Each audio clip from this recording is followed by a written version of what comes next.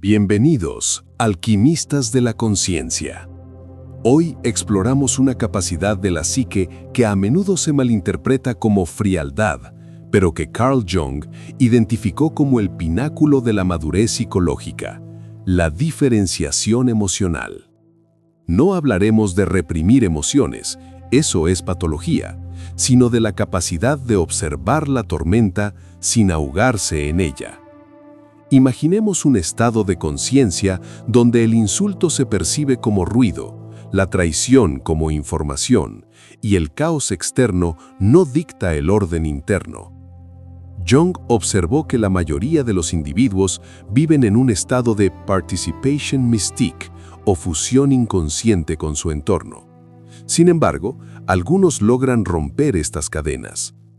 Para ilustrar esto, consideremos el caso arquetípico de un hombre, llamémosle Heinrich, un industrial que tras grandes crisis dejó de reaccionar mecánicamente. Cuando su esposa le confesó una infidelidad esperando una explosión catártica, Heinrich no gritó, no por falta de sentimientos, sino por exceso de conciencia. Preguntó con calma, ¿fuiste feliz? ¿Qué necesitas ahora? Para la mente atrapada en el drama, esto parece inhumano. Pero bajo la lente junguiana, Heinrich había logrado separar su yo, ego, de sus complejos. Jung nos enseñó que la emoción desbordada es a menudo un signo de posesión por un complejo autónomo. Heinrich no estaba reprimiendo la ira, lo cual lo enfermaría. Simplemente había dejado de identificarse con ella. Había alcanzado lo que los alquimistas llamaban el estado de separatio, separar lo sutil de lo denso. En esta serie desglosaremos esta tecnología del alma. Aclararemos que la verdadera inmunidad no es dejar de sentir, sino dejar de ser esclavos de lo que sentimos. Es la transición de ser una marioneta de los instintos a ser el observador soberano de su propia experiencia.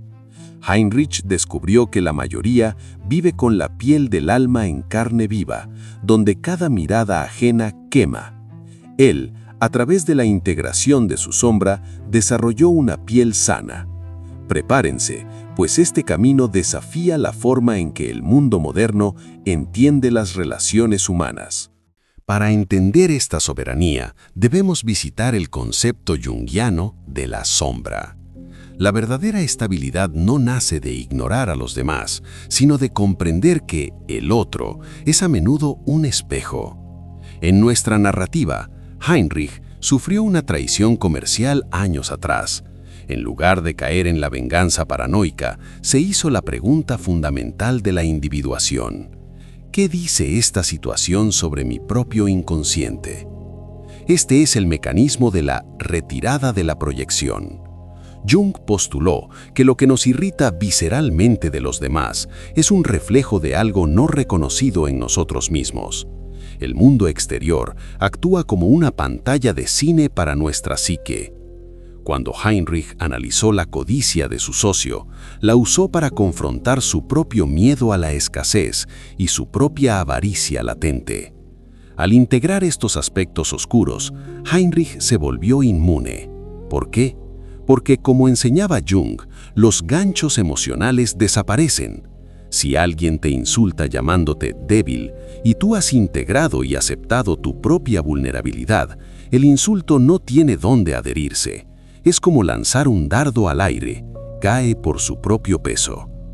La inmunidad comienza cuando dejamos de culpar al exterior por nuestros estados internos. La próxima vez que sientas una ira volcánica, detente. No mires al agresor, mírate al espejo y pregúntate, ¿dónde habita este rasgo en mí? El tirano externo suele activar al tirano interno. Al sanar al interno, el externo pierde su poder mágico sobre ti. Heinrich no perdonó a su socio por moralidad religiosa, sino por higiene psíquica. Comprendió que odiar es beber veneno esperando que el otro muera. Jung y otras tradiciones de sabiduría han señalado que existe un espacio sagrado entre el estímulo y la respuesta. Las personas reactivas viven fusionadas con sus emociones. yo soy enojo. El individuo consciente dice, yo siento enojo. Esa diferencia lingüística es un abismo psicológico. Heinrich describía que, ante una ofensa, el tiempo parecía detenerse. Podía ver la provocación llegar, y en ese instante de lucidez, su yo observador decidía no tomar el paquete.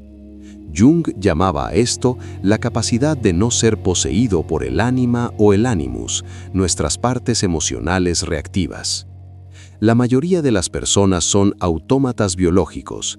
Estímulo A produce reacción B. Romper este ciclo es el opus magnum, la gran obra de la psicología personal. No se trata de ser de piedra, se trata de tener un yo tan sólido que las olas emocionales golpean pero no hunden el barco. ¿Cómo se cultiva esto? Mediante la vigilancia activa.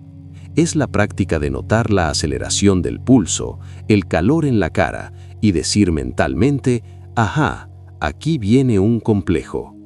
Al nombrarlo, lo desactivas.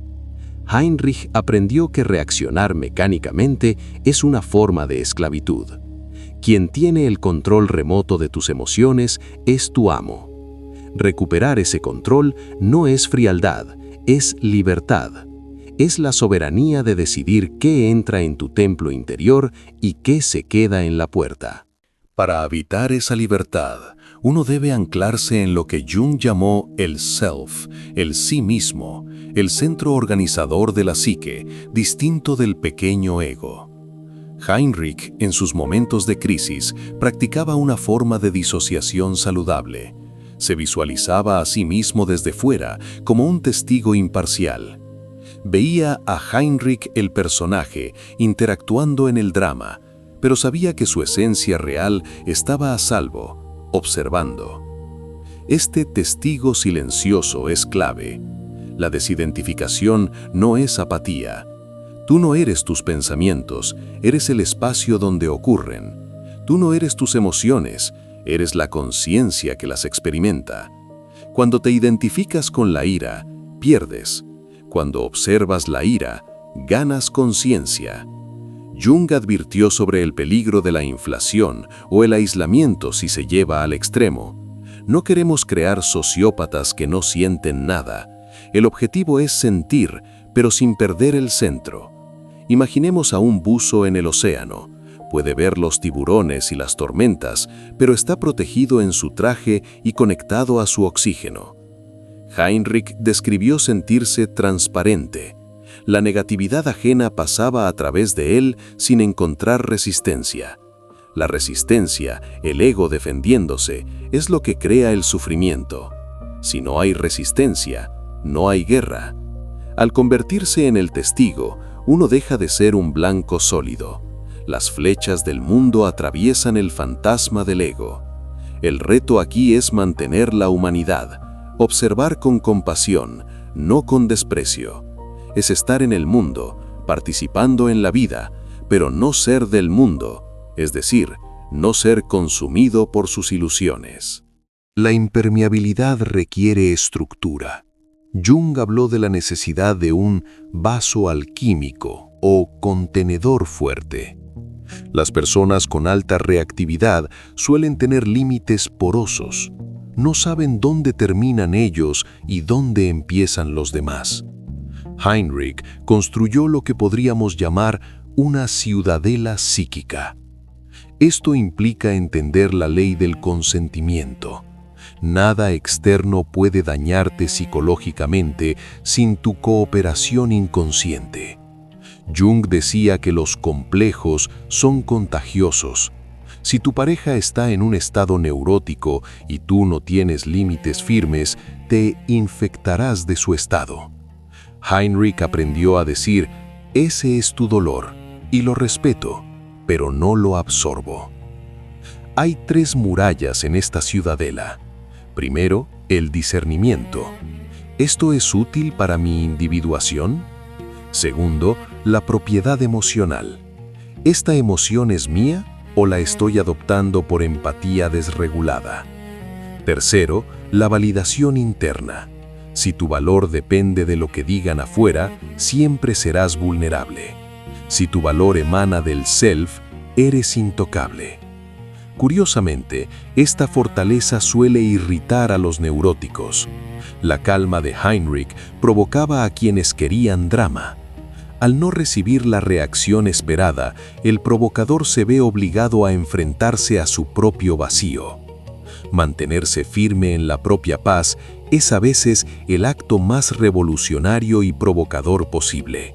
No es construir un muro para no amar, sino para proteger la fuente del amor propio. Jung nos dotó de una herramienta analítica poderosa, la capacidad de ver arquetipos en lugar de personas. Heinrich desarrolló una especie de visión de rayos X. Cuando un rival lo atacaba verbalmente, Heinrich no veía a un enemigo poderoso, veía al arquetipo del niño herido o la sombra posesiva actuando a través de ese hombre. Esta inversión de la mirada es transformadora. Cada juicio feroz es casi invariablemente una confesión autobiográfica del atacante. Si alguien grita, «eres un fracasado», a menudo está gritando su propio terror al fracaso. Heinrich le dijo a un colega una vez, «Lo que dices habla de tus miedos, no de mi realidad». Cuando comprendes que la gente no te habla a ti, sino a sus propias proyecciones sobre ti, es imposible ofenderse. Es como enfadarse con un ciego por tropezar contigo. Sientes comprensión, quizás lástima, pero no ira personal. Jung advirtió que esta visión conlleva soledad. Ver la maquinaria inconsciente de las personas puede hacerte sentir aislado, como el único adulto en una habitación de niños. Pero es el precio de la conciencia. Pasas de ser víctima a ser analista. Sin embargo, es vital no caer en la arrogancia. Tú también tienes sombra. Tú también proyectas. La visión arquetípica debe empezar por uno mismo para ser legítima. Aquí llegamos a la verdadera alquimia. Transformar el plomo del conflicto en el oro de la conciencia. Heinrich no solo toleraba las dificultades, aprendió a usarlas. Para el alquimista, el plomo, la situación pesada, dolorosa, es la materia prima necesaria para crear la piedra filosofal. Ante un ataque, la pregunta de Heinrich no era «¿cómo me defiendo?», sino «¿cómo uso esto?». Si un insulto lograba herirlo, él agradecía el hallazgo. «Ah, aquí tengo una herida no sanada. Gracias por mostrármela».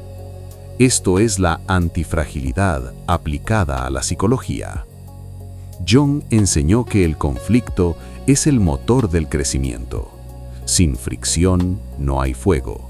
Sin fuego no hay transformación. Heinrich usaba a las personas difíciles como piedras de afilar para su espíritu. Transformó la frustración en paciencia, el ataque en análisis. Pero cuidado con el ego espiritual. Jung alertó sobre aquellos que usan su evolución para sentirse superiores. Heinrich confesó que a veces se sentía tentado a ver a los demás como simples ratas de laboratorio en su experimento de vida. Ese es el peligro de la objetividad extrema, la deshumanización. La verdadera alquimia no enfría el corazón hasta congelarlo, lo calienta con un fuego que ilumina sin quemar. El objetivo es integrar, no rechazar. El destino final de la individuación no es la indiferencia estoica, sino el amor consciente. Jung diría que el objetivo es integrar el eros, relación, con el logos, conocimiento. Heinrich tuvo que aprender su lección final. Su inmunidad no debía ser una barrera, sino un refugio. El guerrero compasivo es aquel que puede descender al infierno emocional de otro para ayudar, sin quedarse atrapado allí. Heinrich aprendió a sostener el espacio. Su calma, que antes irritaba a su esposa, se convirtió en un ancla para ella. Podía presenciar el dolor de ella sin ser destruido por él, y esa estabilidad permitía que ella también sanara. La verdadera fuerza psicológica permite la vulnerabilidad voluntaria. Puedes permitirte ser tocado porque sabes que no serás destruido. No es la fragilidad del cristal, es la flexibilidad del agua. Heinrich nos enseña que el poder real no es controlar a los demás, sino gobernarse a uno mismo. Como conclusión junguiana, la impermeabilidad en realidad es una permeabilidad selectiva. Es la capacidad de abrir el corazón al amor y la belleza y cerrar las puertas a la toxicidad y la proyección inconsciente. Es dejar de ser el protagonista de una tragedia griega para convertirse en el autor consciente de la propia vida. Como reza la inscripción en la casa de Jung, vocatus ad que non vocatus, Deus aderit. Invocado o no invocado, Dios o el destino estará presente. La diferencia es cómo decidimos recibirlo.